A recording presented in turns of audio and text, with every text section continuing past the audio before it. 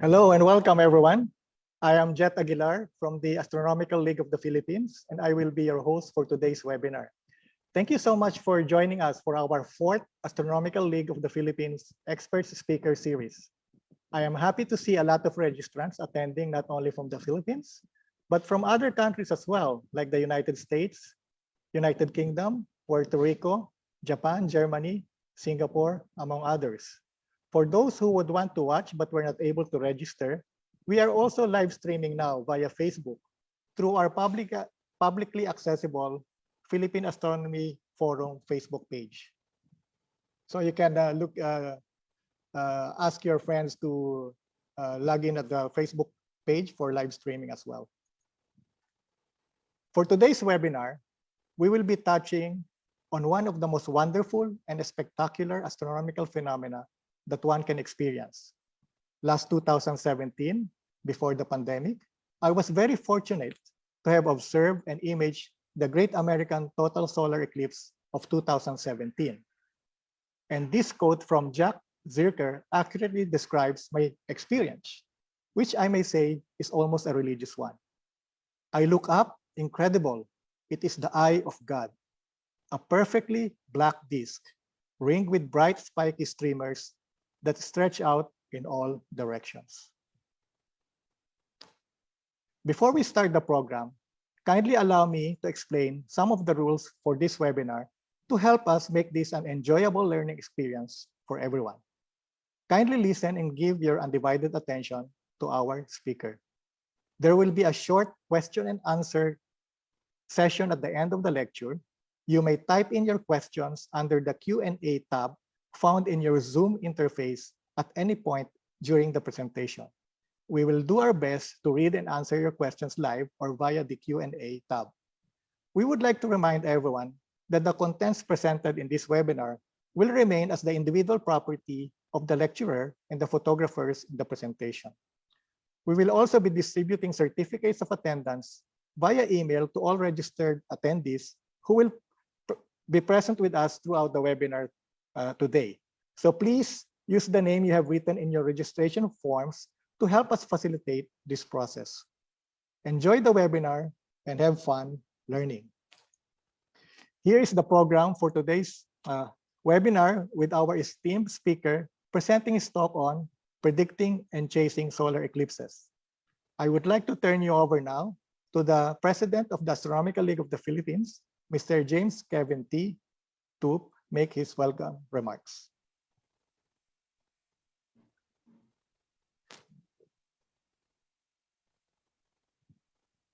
Good morning to all our viewers in the Philippines, and good evening to our guests in the United States and Europe.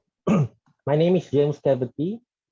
I'm the President of the Astronomical League of the Philippines.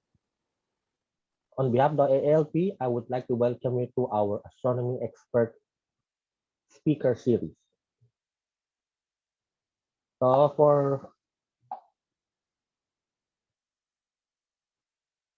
would like to take this webinar is part of the ALP's International Astronomy Education Outreach Program. Our goal is to bring renowned experts and scientists to the Filipino people and to the rest of the world. This is why the webinar is being offered free to the general public. I would like to take this opportunity to thank ALP members who have been instrumental in putting up the program together, especially Imelda Johnson, Edwin Aguirre, Dr. Jen, Henrik Kolke, Andrew Ian Chan, and Peter Tobalinang. This is the fourth lecture in our speaker series. The first was given by Professor J. Passakoff of William College. The second one was by Mr. Zolt Levy of the Space Telescope Science Institute. And our third one was given by Mr. Joe Rayo. Our speaker for today is Mr. Eclipse himself, Mr. Fred Espenak, and on the 18th, June 18th, it is going to be Mr. Robert Ridge. We have more distinguished speakers lined up for the coming month, so please stay tuned. And please do not forget to register in advance for these future webinars. Thank you very much. And now I would like to turn over the program to Imelda Johnson, who will be introducing our guest speaker for today. Good morning to our friends in the Philippines. Good evening to our viewers here in the United States and in Europe. Good day to everyone, I would say. No eclipse chaser alive today wouldn't know the name Fred Espenak. We were introduced to Fred in the 1980s by one of our mentors in astronomy, Father Francis J. Hayden, an American Jesuit astronomer and eclipse chaser stationed at the Manila Observatory in the Philippines. But it wasn't until the summer of 1988, during a conference and pro-am collaboration held at the Space Telescope Science Institute in Baltimore, Maryland, that we first met Fred in person. I fondly remember one of the highlights of my childhood days was waiting for the mailman who would deliver that brown envelope containing Fred's NASA reference publication for that year's solar eclipse. Fred, along with Father Hayden, has been an inspiration to both Edwin and myself in our passion for chasing the moon's shadow as it crosses the surface of our planet. Edwin and I share with Fred and his wife, Pat, a common interest and love for nature and photography. Although Fred is known around the world for his work on predicting, observing, and photographing eclipses, his work at NASA as an astrophysicist involved the study of planetary atmospheres using infrared spectrometers. He's a prolific writer who has produced over a dozen books on eclipses. Fred also travels around the world chasing the moon's shadow, where he now has observed 29 total solar eclipses in his 50 years of chasing them. In 2003, the International Astronomical Union named asteroid 14120 in honor of Fred Espenak. Ladies and gentlemen, it is with great honor that I introduce to you our speaker today. As James has said, Mr. Eclipse himself, and no more further introduction needed for this person because he is so well known around the world. Let's welcome Fred Espenak. Well, thank you for that very nice introduction, Imelda. I am going to talk, of course, about solar eclipses today. So let me get my PowerPoint started here.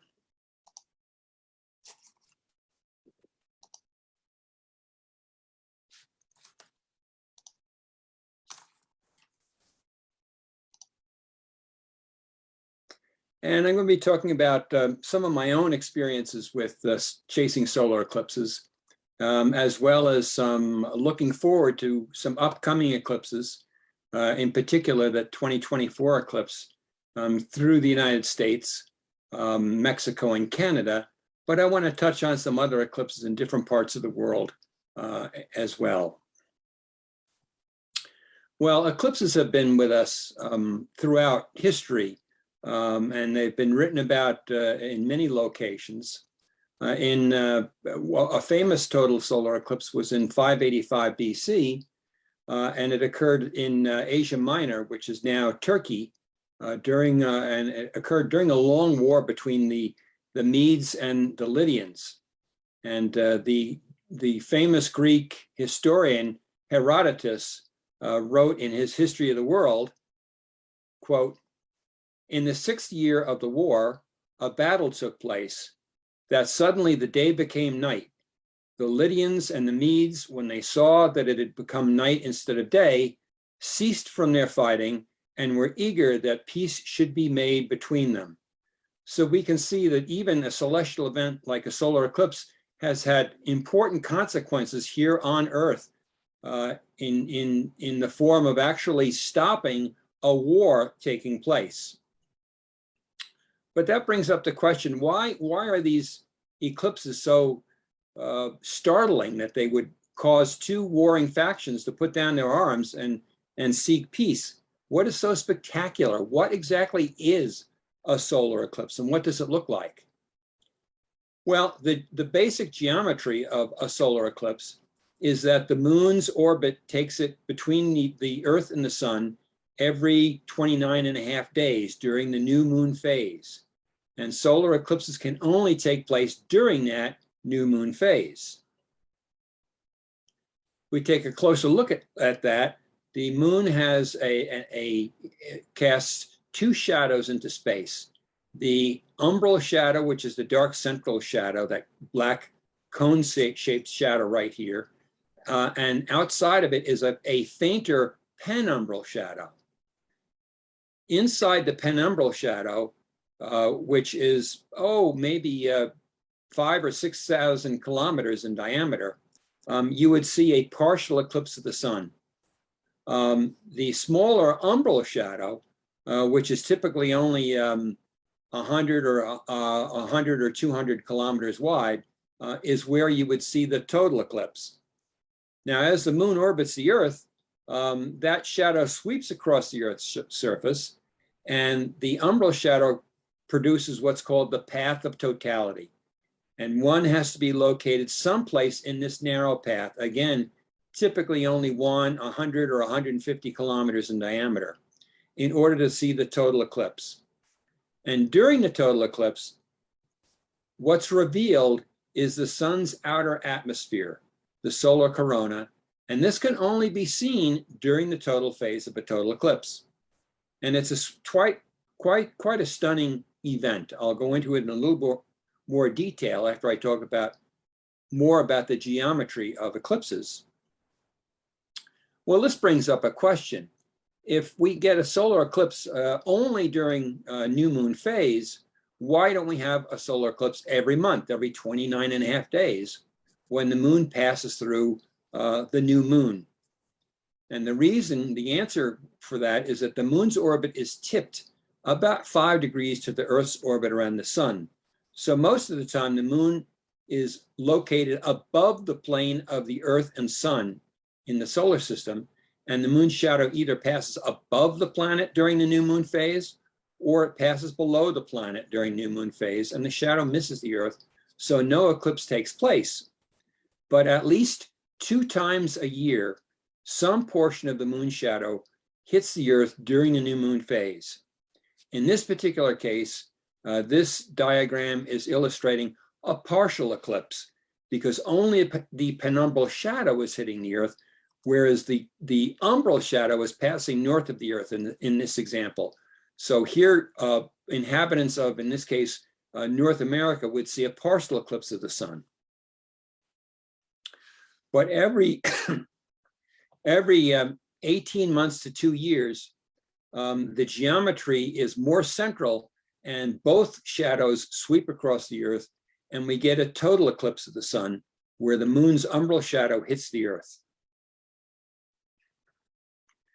There's a second type of solar eclipse that's important to note that's called the annular eclipse. And in this case, the moon shadow extends out into space, reaches a vertex, and then produces an anti-shadow or what's called the antumbra.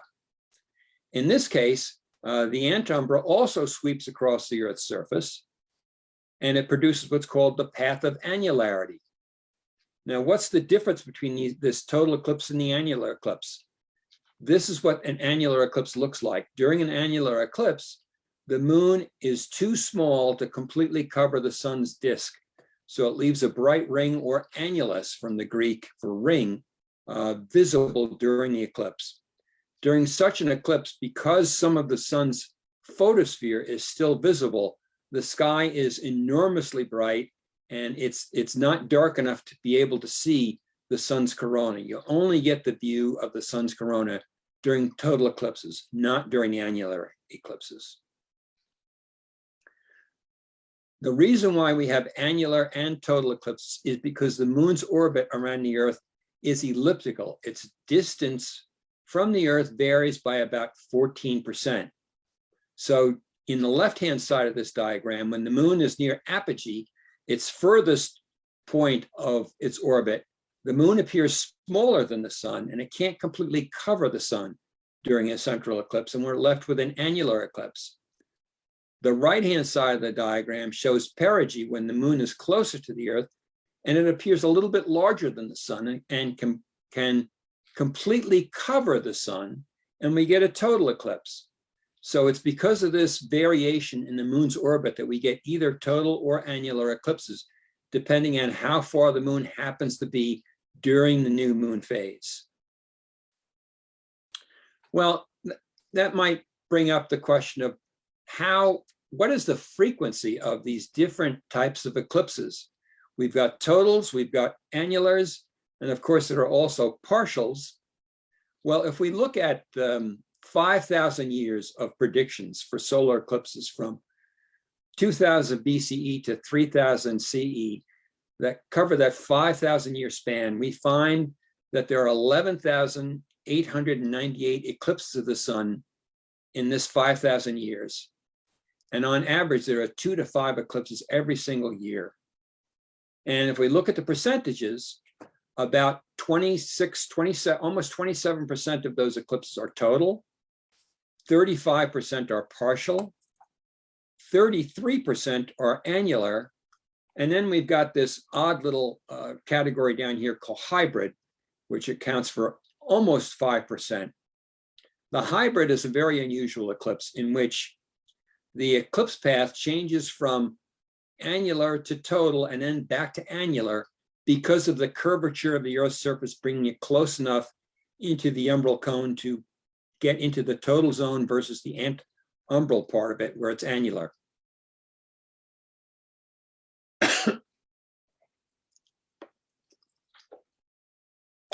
Well, every solar eclipse, be it total, annular, or partial, all begins with a partial eclipse at first contact.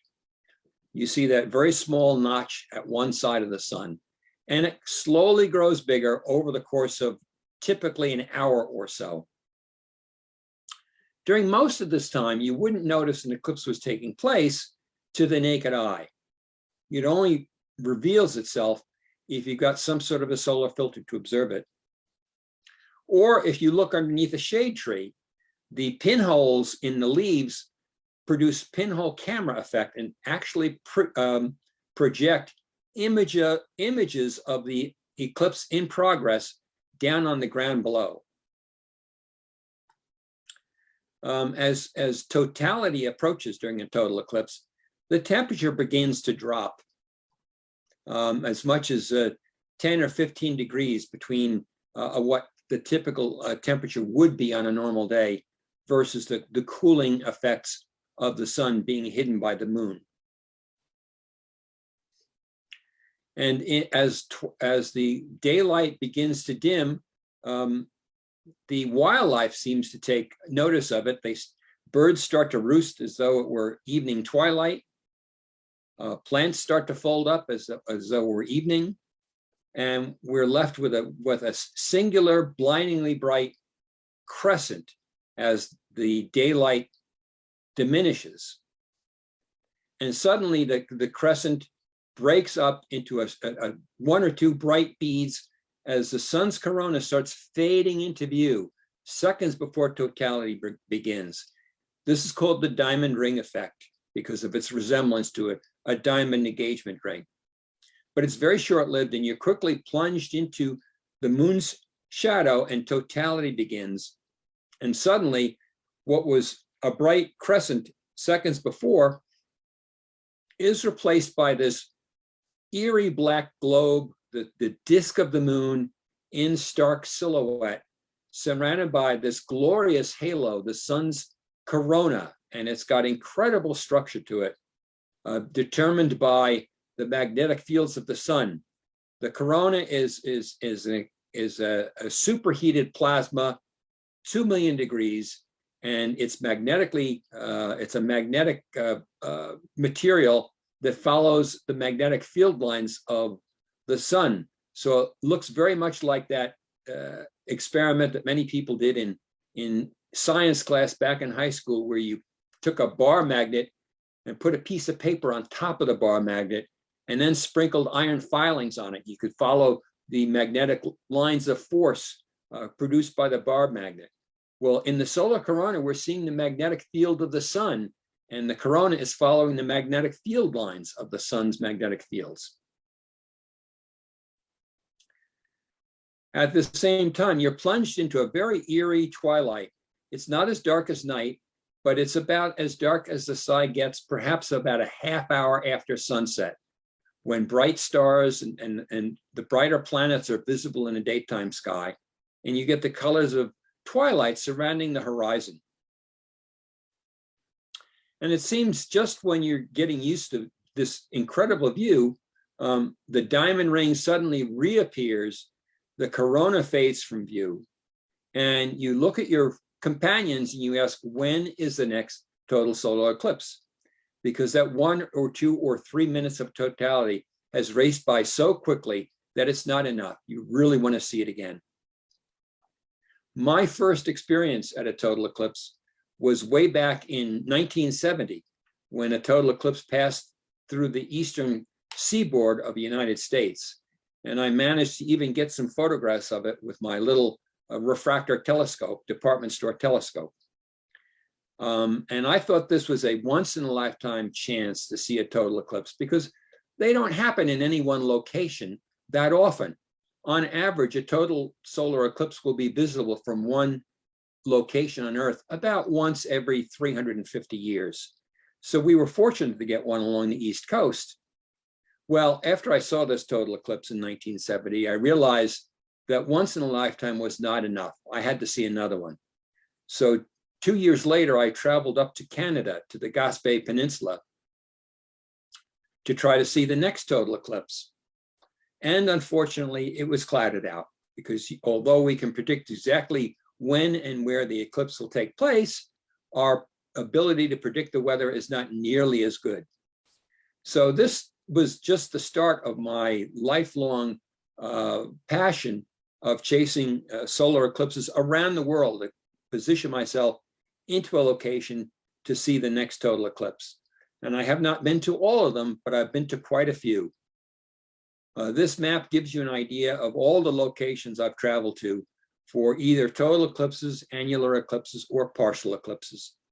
I've been to every continent, including Antarctica, for total eclipses, and I've been to 29 total eclipses so far, 11 annular and 8 partial. Some of you who haven't seen a total eclipse might wonder, once you've seen one, aren't they all the same?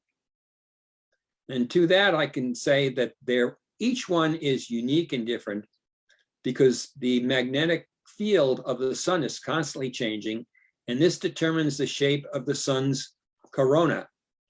The sun goes through magnetic variations called solar minimum and solar maximum, and this has a dramatic effect on the appearance of the sun's corona. And it's beautiful and spectacular every single solar eclipse. I want to share an experience from 2008 of an eclipse in northern China, not far from the Mongolia border. This is an example of the equipment I'll bring to a total eclipse halfway around the world. Everything has got to fit into 2 suitcases. And my clothing serves primarily as packing material around the telescopes. This is a shot. This was a unique eclipse in the sense that the sun was quite low in the sky, maybe only about 12 degrees high. So we were able to get myself and my wife in the foreground during the diamond ring effect. So in essence, we were shooting selfies of ourselves with total eclipses long before people called them selfies. Here's a video shot of that filters off. In 2000. 50 seconds. Shadow to the northwest. See how dark it is now? Get ready to take a whole 30 seconds. Okay. 25.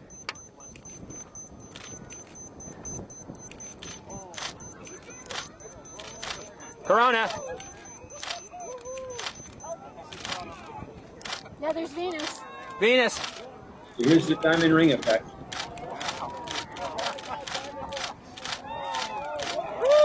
Wow, I see the corona. Bailey's beads. Totality.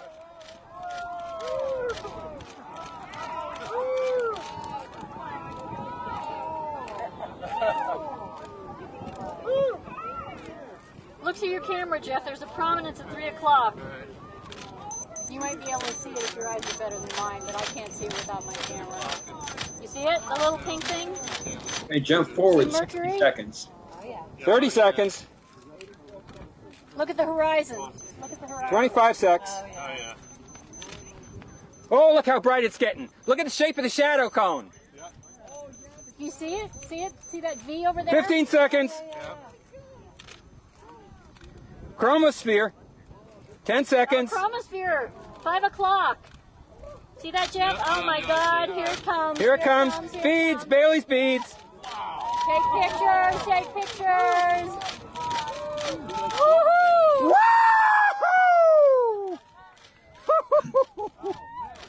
Oh.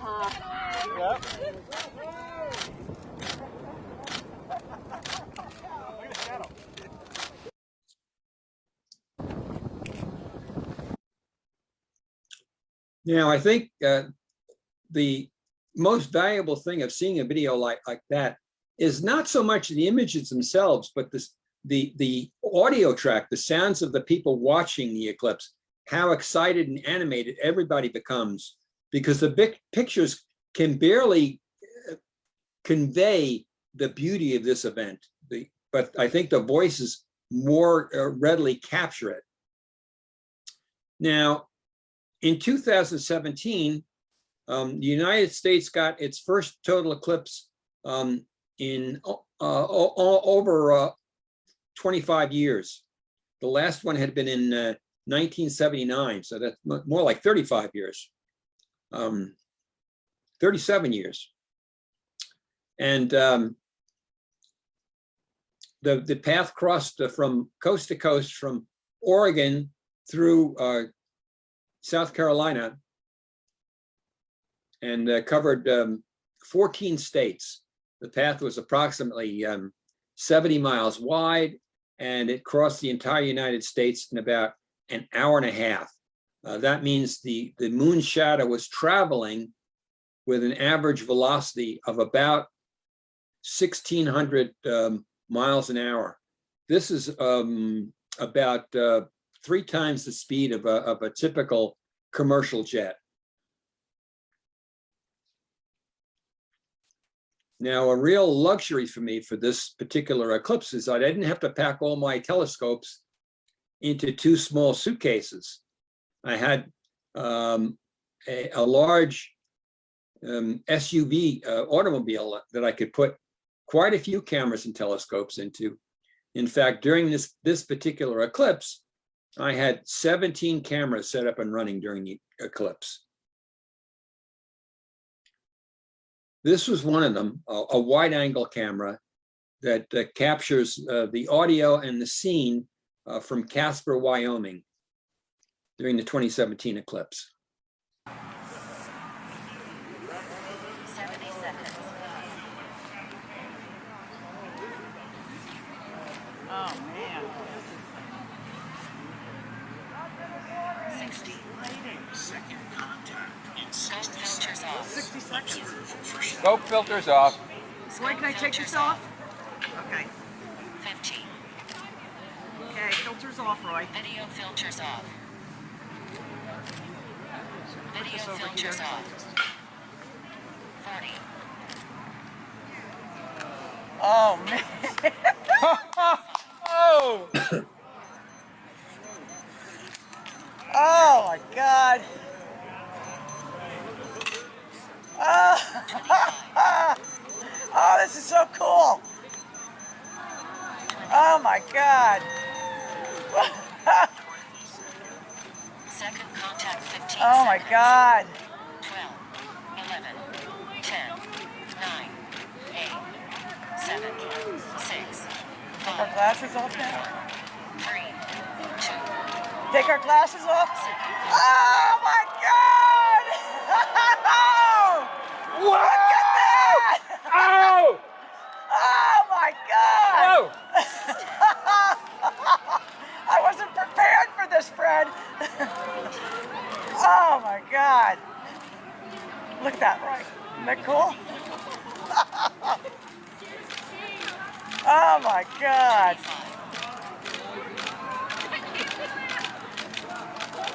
Oh my God! This gives you a good view of what the twilight of totality looks like. There's a cloud through there, but it's still beautiful, isn't it? Oh my God! This is so strange. Oh, look at these. Wow. Oh my God!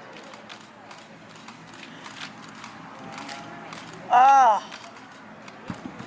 When? Plus 16.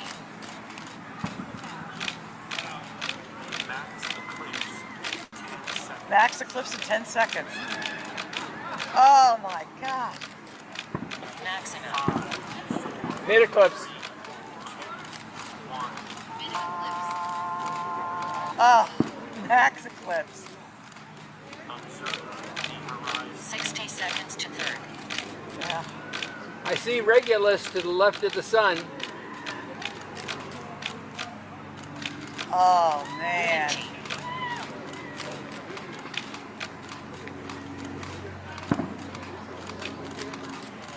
15. $50 seconds left. Oh man.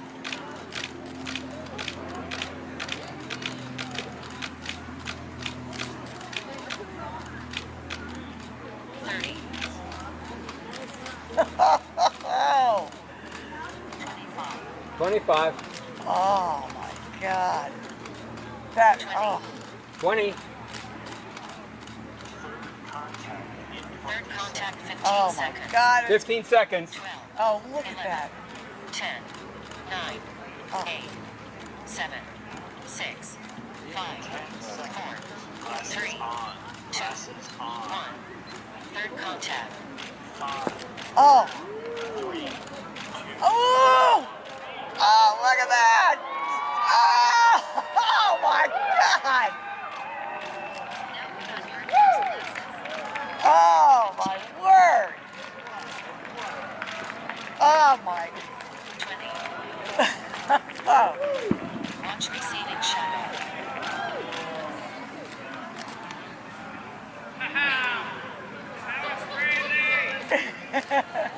Replace solar filters. Filters on. Oh. Plus 40. Replace solar filters. Okay, that was cool. 15. Watch for shadow bands.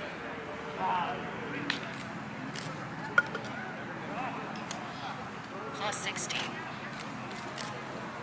Wow.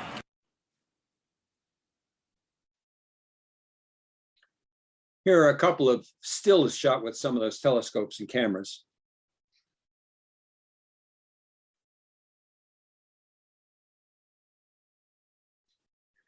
And this image is produced by processing about 50 separate images to capture both the outer corona, the middle corona, and the inner corona to compress the dynamic range and enhance all the faint detail to more closely resemble what the human eye saw during totality. This much structure was visible. It's hard to capture it in any one single photograph. And you can see over to the left-hand side, this is the bright star Regulus in Leo. I was on the campus of University of Wyoming in Casper, and I was not very far from the Museum of Geology. And outside the museum, they had this bronze statue of Tyrannosaurus Rex. So this was a once-in-a-lifetime opportunity for me to combine my lifelong passion of both eclipses and dinosaurs in one photograph. So I could not resist the opportunity to set up a remote camera to capture both during totality. As I said, I had 17 cameras, so I had lots of different choices of what to set up for photographing the eclipse. Here again is one of the close-up cameras of the corona, just close to the end of totality. And we see a couple of bright pink prominences, which are clouds of hydrogen suspended in the solar corona above the sun's surface. And then I think next I've got a video showing third contact, the end of totality. 25. 20. 20. Third contact 15 seconds.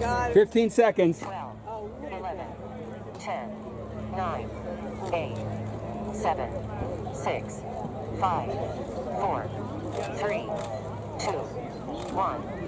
Third contact. Oh, look at that! Oh my God! Now put on your eclipse glasses.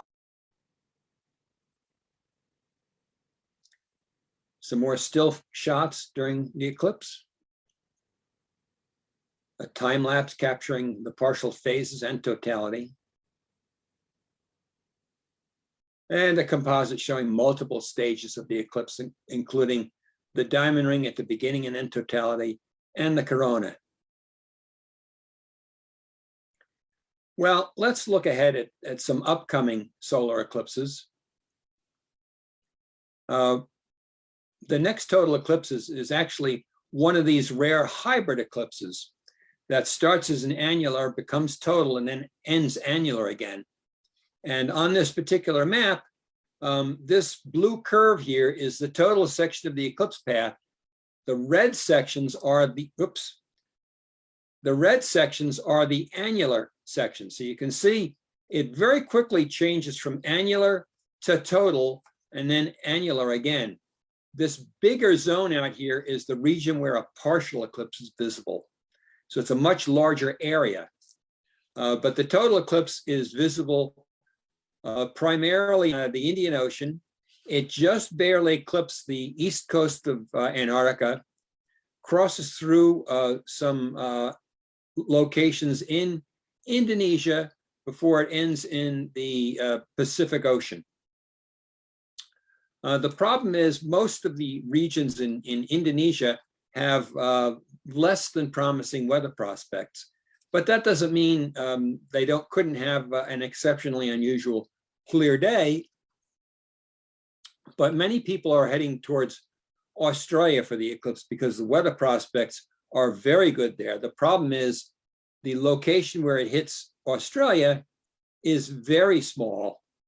Here's a close-up of the west coast of Australia, and you can see that the path of totality only hits this little peninsula here and an island which is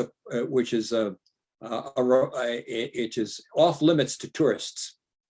So most people trying to head to Exmouth, Australia, in this small area here, but it's over 1,000 kilometers from most metropolitan areas. So it's difficult to get there. They have very little in the way of hotels and resources, and it's going to be a big challenge to do that eclipse. In October of 2023, there's an annular eclipse that passes through the Western United States, Central America, and South America. And through the United States, it crosses Oregon, California, Nevada, Utah, Colorado, Arizona, New Mexico, and Texas. So for me, this is quite, even though it's only an annular eclipse and there's no corona visible, it's still quite a convenient eclipse for me to travel to because it's only a few hundred miles away. I live in southern Arizona, down in this area. So I'm not that far from the eclipse path, less than a day's drive. But the big eclipse that certainly most North Americans are waiting for is the next total solar eclipse through North America. And this is the one on April 8th, 2024. This animation gives you a good idea of where the moon's shadow is at what time and which parts of it are in the eclipse path at any given moment. That large outer circle is the penumbral shadow. It'll repeat here. So this is the penumbral shadow out here. So you have to be inside someplace in the penumbral shadow to see the partial eclipse. And of course, the umbral shadow is this black circle here, and that's the path of totality.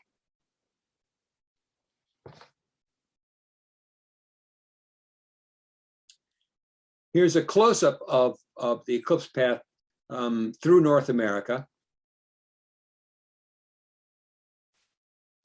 And as we travel along the eclipse path, the eclipse moves inland from the South Pacific to Mazatlan, Mexico. And in central Mexico, the eclipse reaches its maximum duration, which is 4 minutes and 28 seconds. That's quite a long eclipse. Most total eclipses are typically 2 or 3 minutes. Maximum possible is about 7.5 minutes, but those are extremely rare. So 4.5 is longer than average. And the path will actually cross the annular eclipse path from 6 months earlier in central Texas. So from upper left to lower right is the path of the annular eclipse in October 2023. And from lower left to upper right, this is the path of totality in 2024. So you can see in central Texas here, they crisscross. And by an unusual coincidence, the town of Uvalde happens to be in the path of both of these eclipses. And of course, Uvalde has been in the news this past week as the scene of a horrific mass shooting. Well, as the eclipse path crosses Texas, Dallas is inside the path, as is Austin, Texas. It passes into Arkansas. The duration of totality starts to slowly decrease from 4 minutes and 28 seconds down to 4:18, and it slowly decreases as it crosses the US through Illinois, Indiana, into Ohio, and into Pennsylvania, through upstate New York, into southern Ontario of Canada.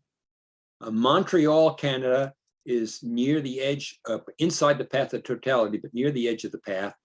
And the shadow continues through states in New England of the US, including Vermont, New Hampshire, and Maine. The path then crosses into New Brunswick, Canada, Charlottetown through Prince Edward Island, and finally into Newfoundland in Canada before it crosses into the Atlantic and ends. Weather prospects vary across North America. The amount of cloud is on the right-hand side here. A low cloud is down here at the bottom. High cloud is up at the top. So the blue areas are the areas that are most likely to be clear. And as you can see, that means primarily Mexico and Texas. As you move across the US, the likelihood of clear skies is less and less probable. But these are only long-term weather climatology. On eclipse day, you don't get climatology, you get eclipse weather, and it can be clear any place along this path. Well, looking beyond 2024, the next total eclipse is in August of 2026. This one begins in Siberia, sweeps over Greenland, it hits Iceland and ends in Spain. Take a little closer look at that. Here's Iceland. Reykjavik, the capital, is in the path of totality, as is some of the westernmost part of the country. Into Spain, the eclipse occurs in the very, very late afternoon and ends almost at sunset in Palma here.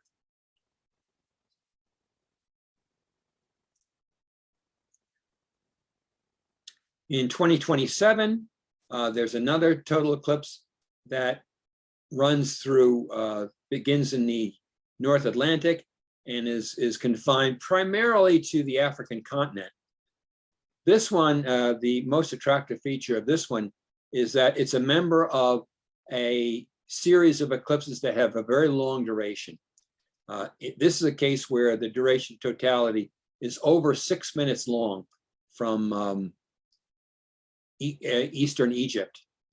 But here's a close-up of the western end of the eclipse path, and you can see southern Spain and Gibraltar are in the path, as well as Morocco, Algeria, and Tunisia. It skirts most of Libya.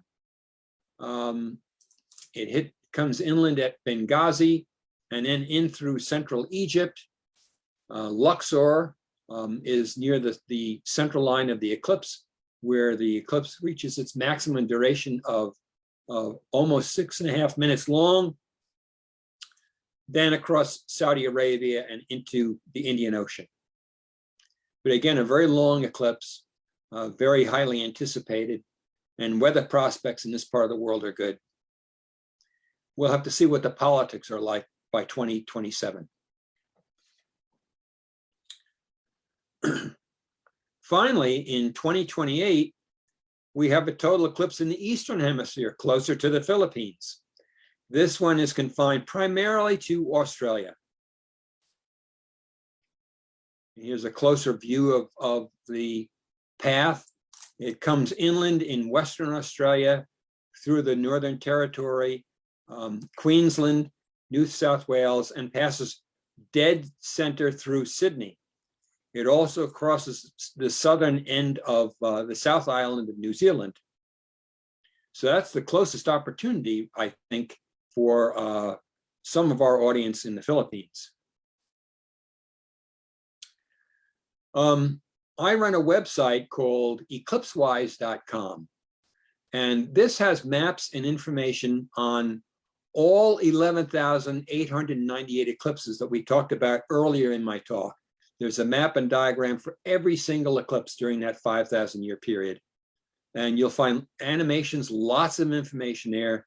If you're interested in eclipses, you want to bookmark eclipsewise.com. This supersedes the older website that I used to run on NASA and is no longer maintained.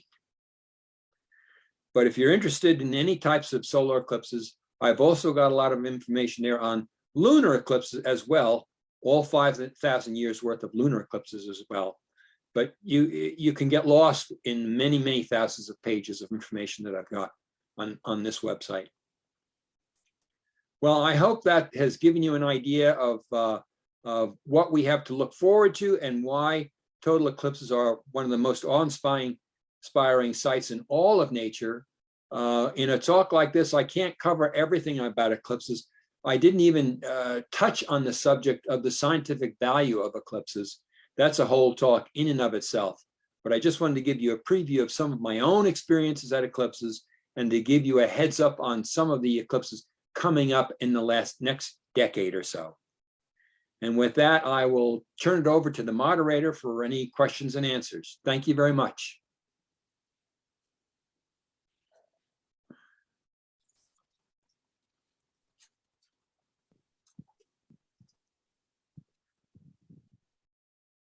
Thank you. Thank you so much, Fred. I'll just go back to my slide.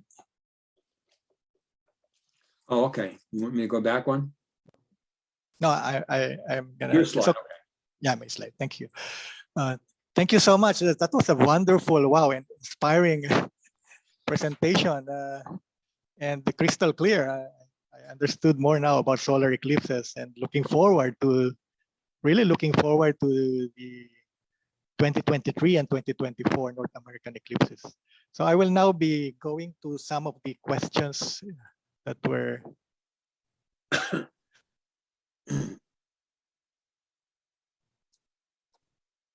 well, one of the first questions here when they were watching your video, and the comment here is great videos full of excitement. That voice eclipse reminders are very useful and so cool. How can we get one?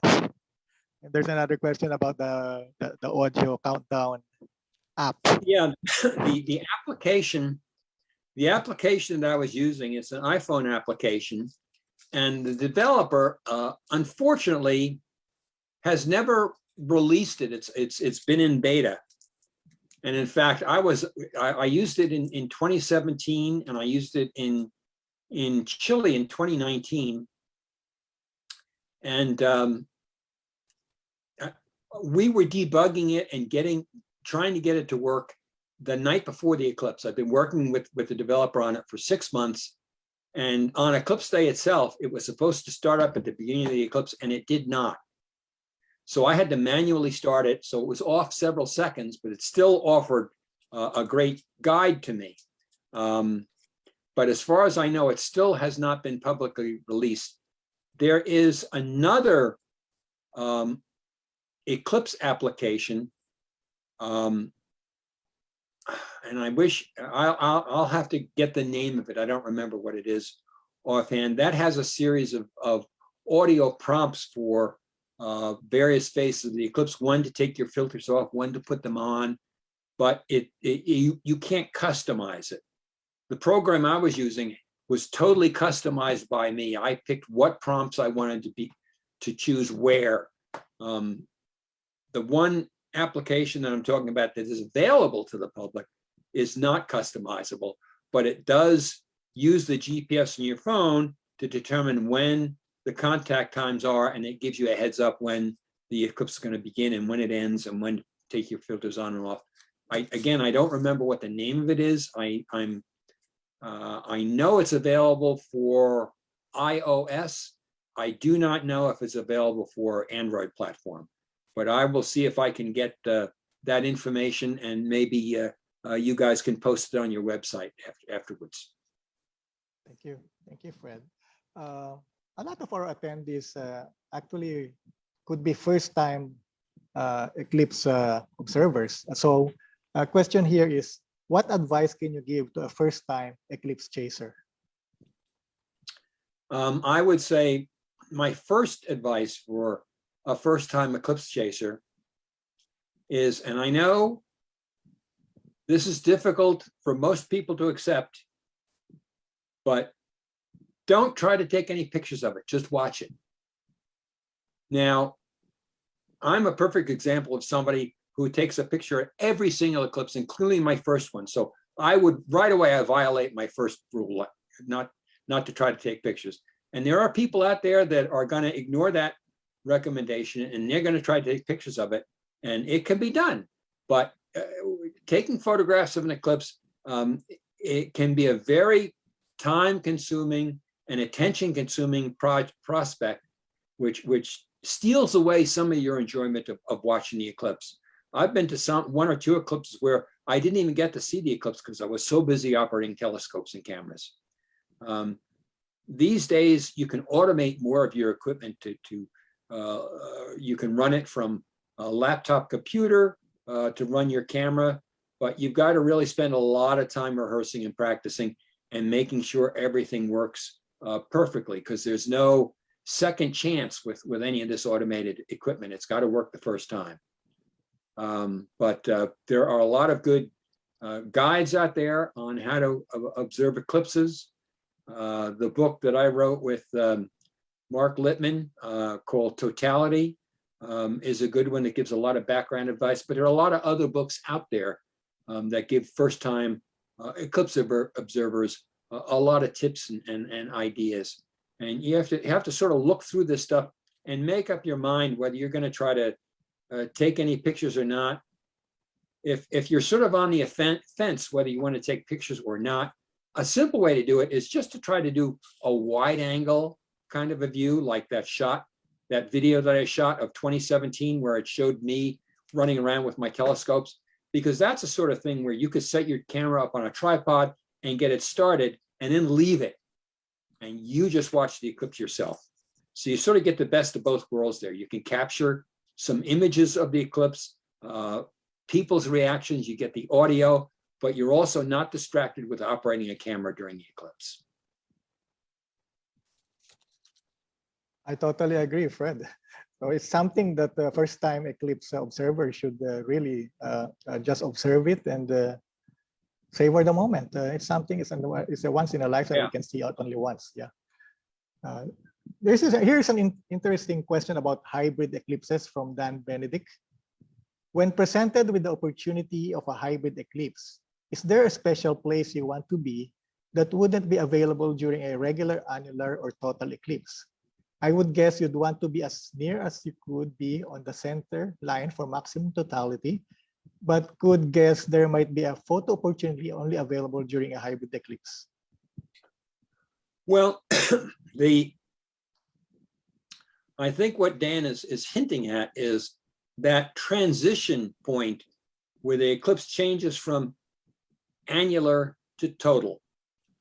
And it's not exactly as simple as you might make it out to be. It's really not a single point on the Earth's surface. It's really a fairly large region that might be 50 or 100 miles long. And it's a region where you go from an annular eclipse to a beaded eclipse where the sun gets surrounded by beads and doesn't go into totality at all, but you get a beaded eclipse. And if you go further down the path, you reach a point where you actually get a total eclipse for a second or two. And so it's very complicated along that 100 or 200 mile stretch of where you are in the path and what phenomena you're going to see. And it requires some careful, a lot of careful planning and some good GPS navigating. And there are only two of these points during a hybrid eclipse, two of these transition zones typically. And for the 2023 eclipse, both of them happen to occur in the ocean. So that makes it difficult to reach because you've got to be on a boat now and you're rocking around on a boat. When they do occur on land, again, it's possible to do something like that, but you've got to decide what you want to do. You want to get lots of beads, a few beads in a few seconds of totality, or just plain totality. And that my own goal would be to go to the part of the eclipse path where I get the maximum duration totality because I'm interested in the corona. Thank you, Fred. There are a few more questions here, which I will read. Question here, which is the most difficult and challenging eclipse you have ever experienced? That's got to be Antarctica in 2003. We were aboard a Russian icebreaker. The cruise began in South Africa, went across the southern Indian Ocean to some of the sub-Arctic islands, down to the Indian Ocean side of Antarctica, where we parked the ship into the ice shelf to get off to watch the eclipse. We did see totality, but it was through broken cloud, then back onto the icebreaker and gradually made our way back to Tasmania. So it was 26 days aboard an icebreaker. So it was a very long trip. We saw fantastic scenery. The wildlife in Antarctica, the icebergs and everything. But the difficulty is that it was very challenging condition to try to photograph an eclipse and very challenging to get to that part of the world for the eclipse. But it was a once in a lifetime experience that I treasure. We tried to repeat it a year ago because it was another total eclipse through Antarctica in December of 2001. We were scheduled to go with the same cruise company, and we left the United States. We had to get COVID tests before we got onto the airplane. We flew down to Buenos Aires to meet with the that was the meeting point for everybody taking the cruise. And we had just arrived in Buenos Aires at the hotel, and we had a group meeting with the cruise organizers, and they told us that the cruise had just been canceled because several members of the cruise had come down with COVID. Oh. So we had a steak dinner in Buenos Aires, and the next day managed to change our travel arrangements, and we flew back home and arrived back in the United States. So we basically flew down to Buenos Aires for dinner and then flew home again. So that was in that way, that was perhaps one of the most challenging eclipses, because we never even got into the path of totality. It was very disappointing, but c'est la vie. Thank you, and hoping that for 2023 and 2024, we will be past this pandemic already. Yes, I hope so. Yeah. Another question here, I guess this is, I think you touched on this before, but I'll just read it. If a person stays in one geographic location and doesn't travel anywhere else, how many total solar eclipses can he or she expect to see in his or her lifetime in one location?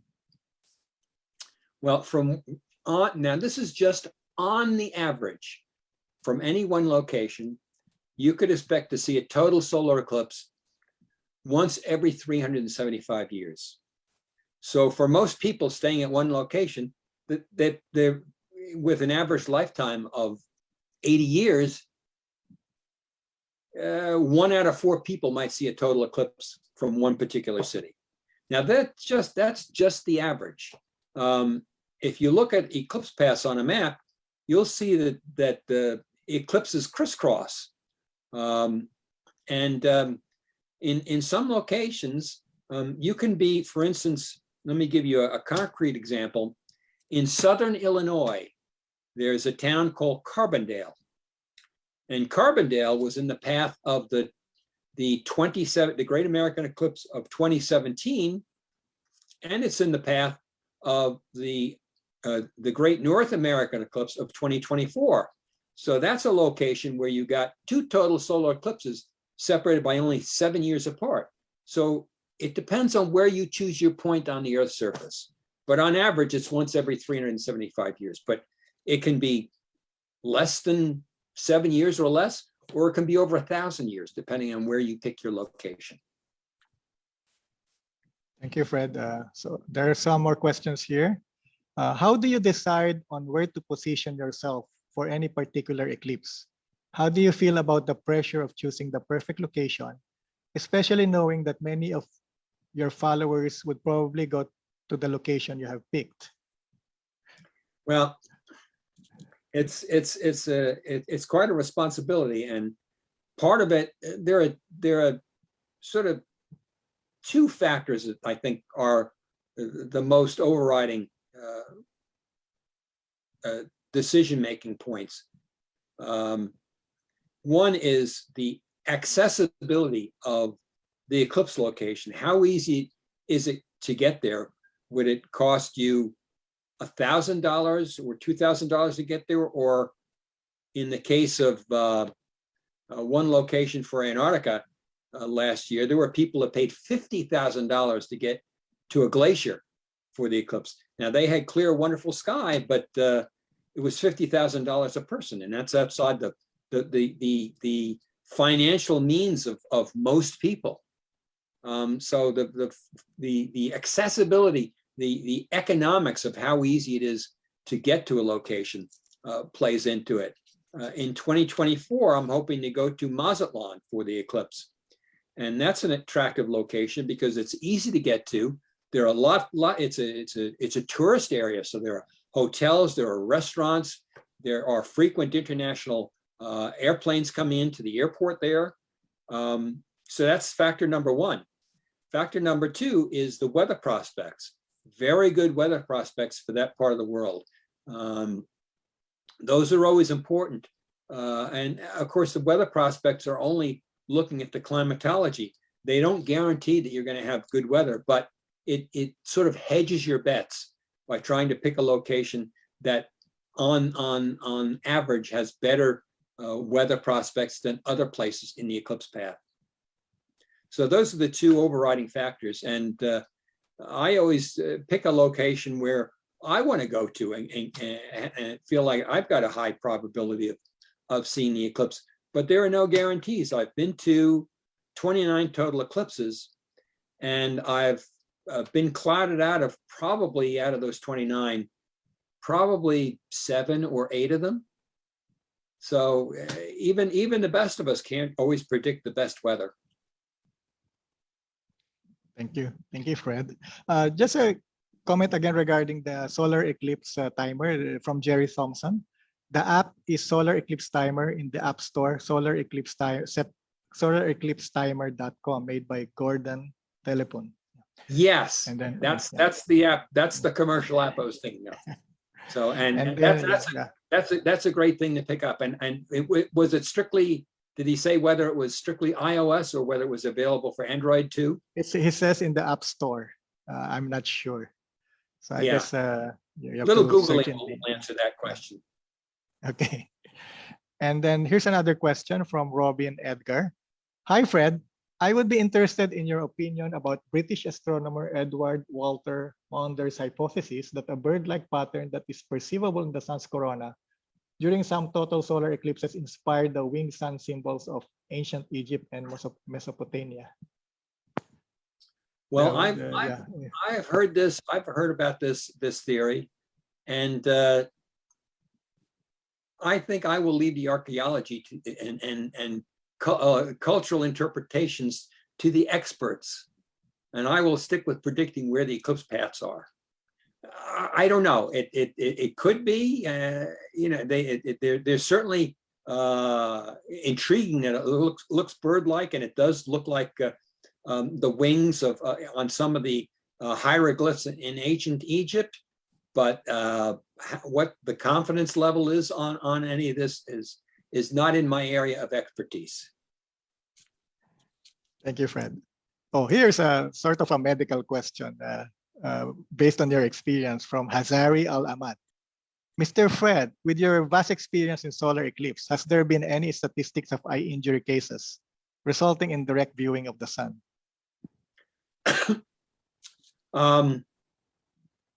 There are examples of blindness caused by staring at the partial phases of the eclipse.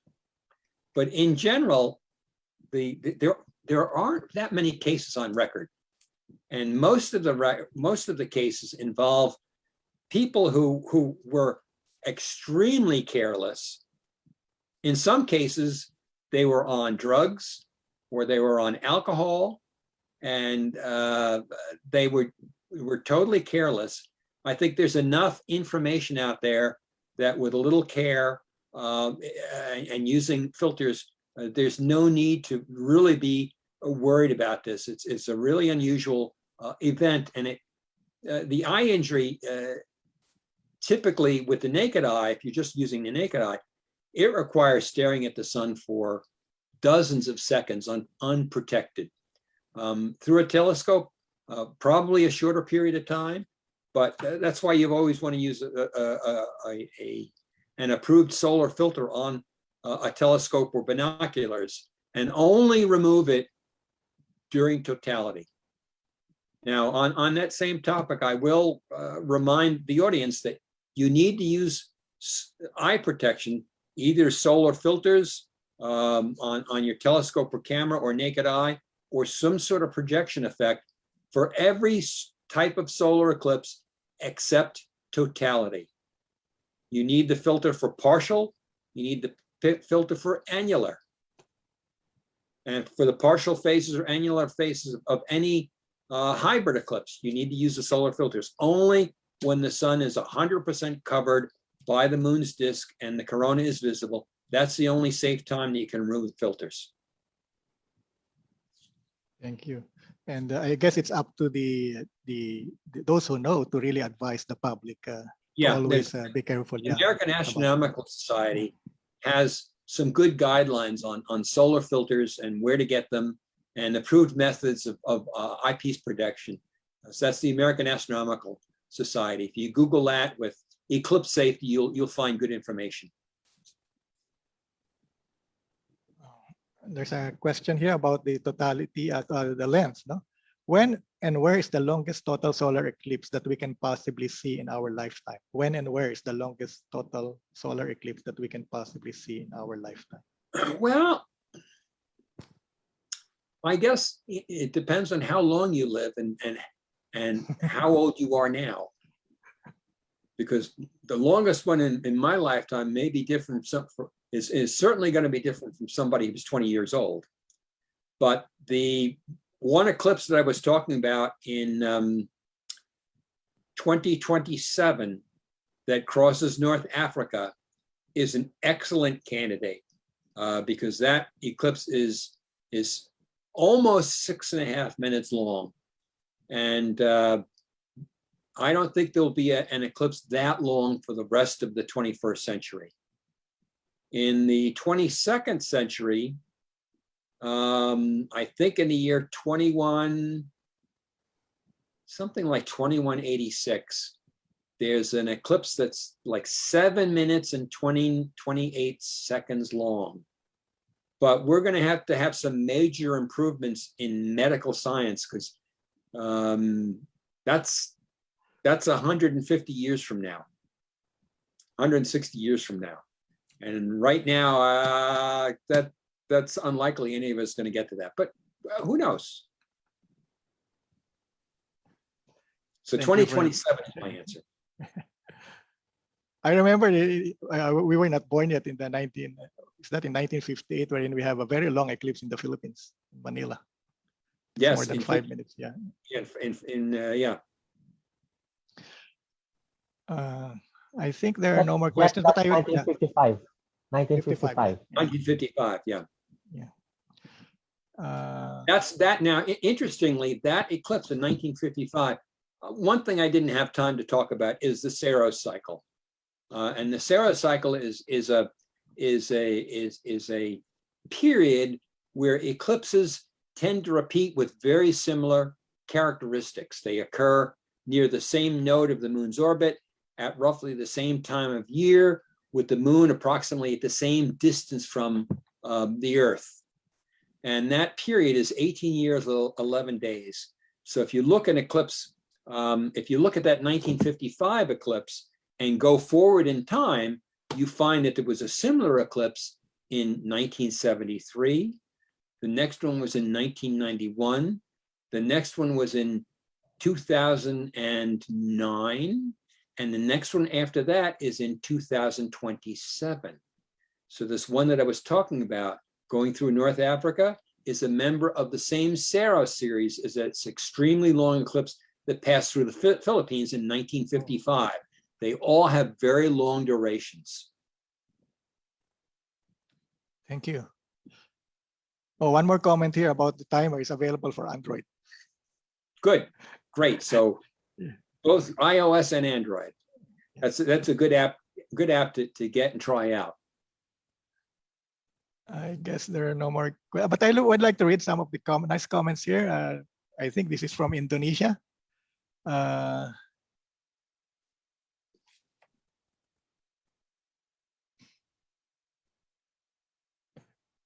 From Indonesia, his comment here is, hello everyone. Thank you so much for organizing this webinar. Greetings from Jakarta, Planetarium and Observatory, Indonesia. And then appreciate much, Fred, for your hard work and determination, which have been really following you since my teenage years. This is from Hazari Al-Ahmad. Definitely your great books, eclipse maps, videos, and photos really guide and inspire us, especially the amateurs around the world, to dream of chasing the total eclipse and make it possible. Thank you. Thank you all from Stephen Bedingfield. Thank you, Alfred, for all your devoted work in promoting eclipses and providing great information. Thank you for those comments. Doc Jet, I have a question for Fred. Okay. Hi, Fred. Hi. Great talk there. Peter, this is from Peter Tubalinal.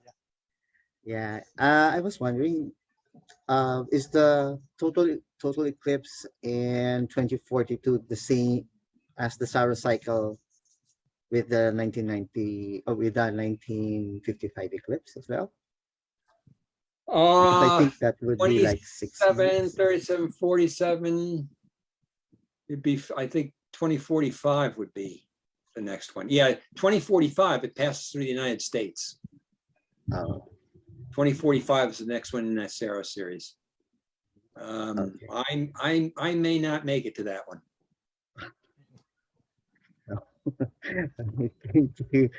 You live long. 2020, that's oh boy, that's 25 years from now. All right. Thank you. Thank you very much. I have a question as well, Fred. When we were during the 2017 eclipse, we were trying to capture the phenomenon of the so-called shadow bands. Can you tell us something about shadow bands and how to capture them properly? Yeah. Yeah, again, I couldn't cover everything. Shadow bands is one phenomenon that is quite interesting during eclipses. As the sun becomes a very, very thin crescent, it sort of acts like a slit. So the sun, as the sunlight shines through that narrow curved slit through the Earth's atmosphere, it's bent and refracted through different temperature layers in the Earth's atmosphere. And it produces interesting patterns on the Earth's surface that are visible, not at every single eclipse, because the atmosphere has to be very clear. And the best way I can describe what shadow bands look like is imagine a swimming pool. And now imagine you've got a wooden board or a wooden plank floating on the surface of the swimming pool. And now imagine you take your hand and put it on that plank and move it up and down. Think of what the pattern of the shadows looks like on the bottom of the swimming pool, those parallel bands racing across the swimming pool. That's what you see on the ground in the last seconds before totality, these rippling wavy lines racing across the ground.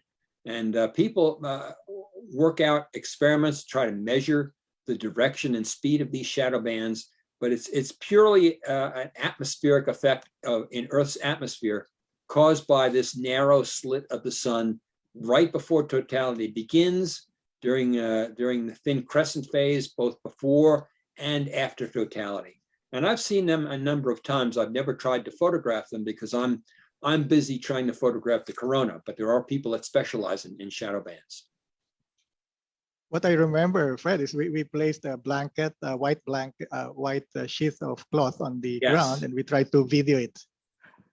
But it's very hard. Yeah, yeah, it's difficult. But with these days, with modern cameras, with high ISOs, because the shadow bands move very quickly. 30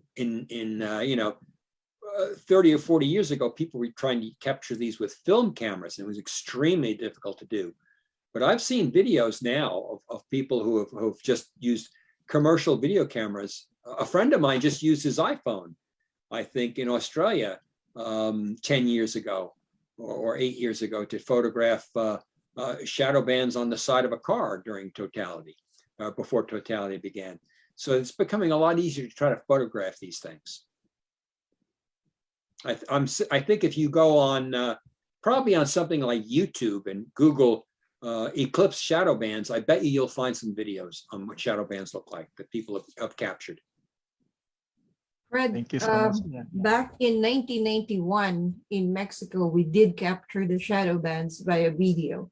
We just put down a white blanket and just put a video recorded the video there On the tripod. on a tripod, and it did it. Of all our eclipse chasing, we only saw it 3 times: 88 in the Philippines, 91 in Baja, and 2010 in Tatacoto. Yeah, you've got to have nice clear weather to see the shadow in general.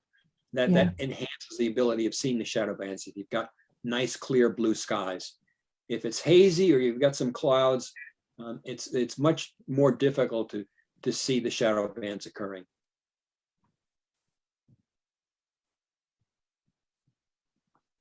Okay, do we have other questions from the panelists? Well, we want Comments? to thank Fred.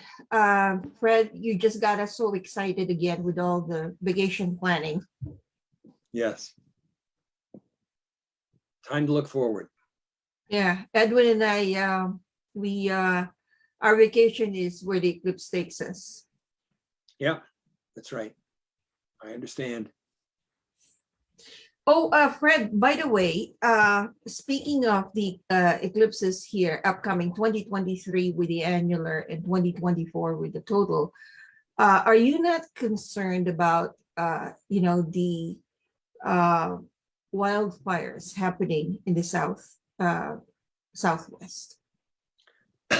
Well, those are always a concern, but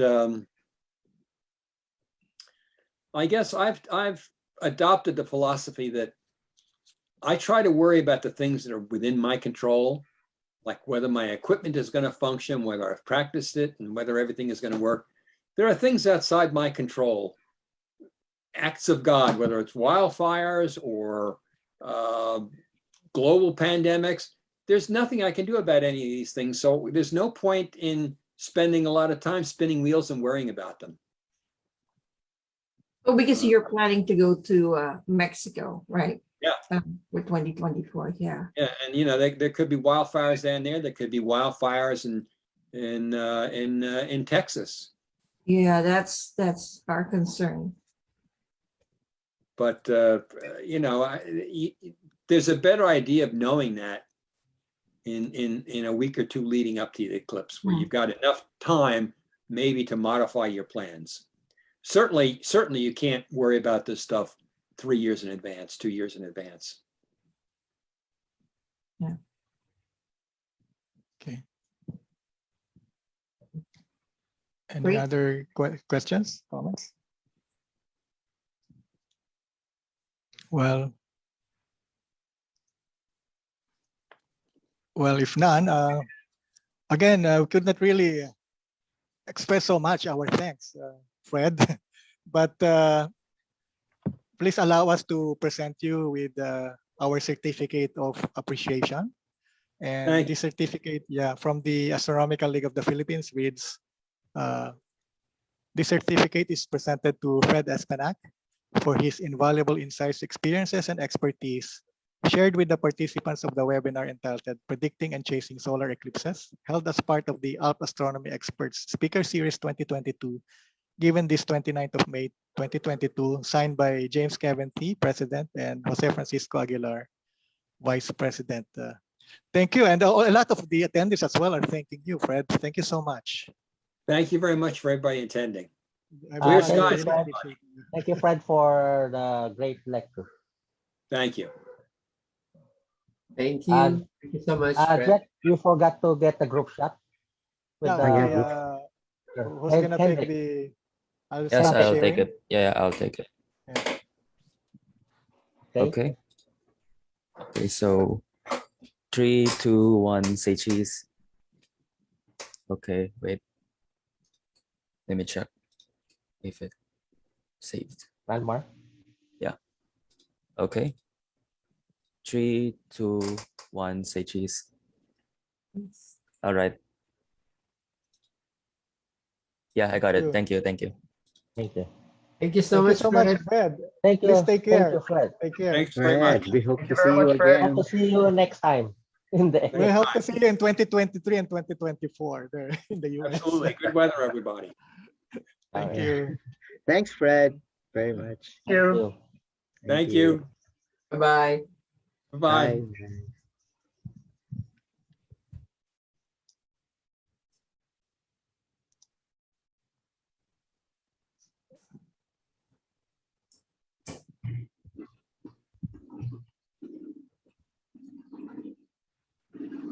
So before we conclude today's webinar, I would like to thank all our attendees for joining us, and I hope we would be able to witness the next Great American Solar Eclipse in April 8, 2024. This is the 4th webinar in our ALP Astronomy Experts Speaker Series, as mentioned by President James Kevin T. And we started in April 23 with Dr. Jay Pasakoff, then Zolt Livey, Joe Rayo, and of course, the last one with Mr. Eclipse, Fred Espenak. This coming June 18, 2022, I would like to invite all of you for our next webinar, which will be given by the noted lunar astrophotographer, Mr. Robert Reeves, who will talk about observing and understanding the moon. Robert will cover the basics of how the phase of the moon evolved, what the different types of lunar features are, and how they are related to each other. Again, this Zoom webinar will be on June 18, Saturday at 8:30 p.m. Philippine Standard Time or 8:30 a.m. Eastern Daylight Time. Thank you again so much, everyone. Clear skies. Thank you so much.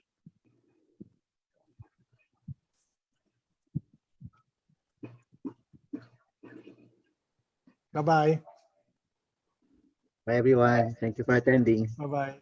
Bye. Bye. Would you Bye, like to guys. meet later, guys? Okay, I'll send you the link. Thank you so much. Thank you. Thank you. After Congrats, this, everyone. give me Bye. 5 minutes. Thank you so much. Okay. I'll just end the presentation. Thank you. Congrats. Congrats, everyone. Thanks, everyone. Thanks to all the By the way, attendees. yeah, thank you so much. Thank you. So we will be sending the certificates via email to all the attendees. Thank you again. Bye-bye. Bye. Bye.